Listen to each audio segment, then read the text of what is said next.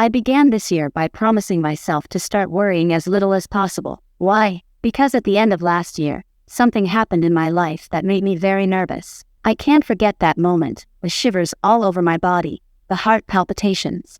The worst thing about the whole situation was that it really wasn't that bad, and I was winding myself up. Then I realized that I couldn't go on like this, and I had to do something about it. I started looking for ways to confront my emotions. I read the book How to Stop Worrying and Start Living by Dale Carnegie. Now everyone has started to notice that I worry a lot less. So, let's look at 8 steps you can take that will soon make a difference. Number 1. Make a decision and don't look back. I said, the first step is to decide that you don't want to keep worrying about some unimportant situation, wasting all your energy on it. Make a promise to yourself to stop worrying about everything and start living. Of course, that doesn't mean you can do it one day. It's a long way off. So act decisively and let go of all your worries about it.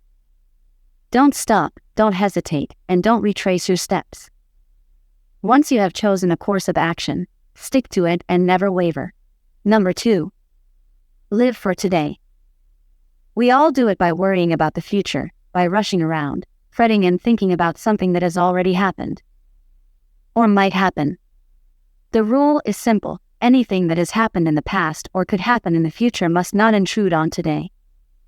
Everything else should wait for its turn in tomorrow's box or remain in the past. And this, of course, is easier said than done.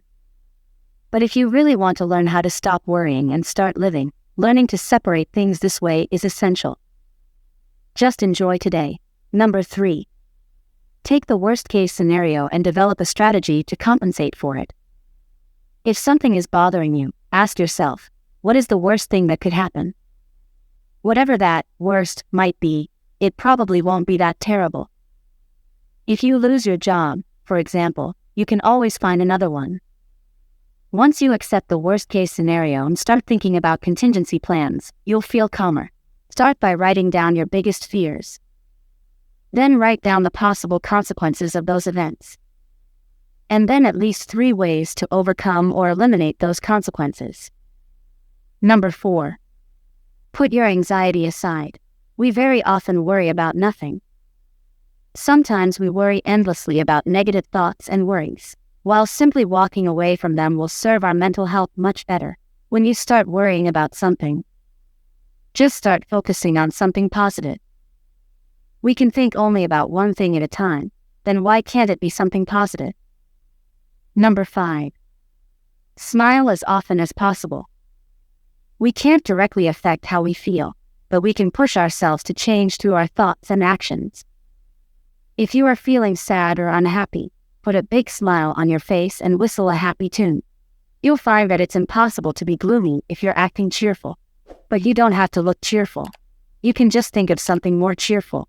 It really works. Just smile, and you'll find that life smiles back at you. Number 6. Help others. When we show kindness, we often do so with the expectation of gratitude.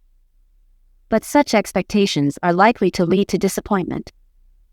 Stop expecting gratitude when you show kindness to someone. Instead, get joy from the act itself.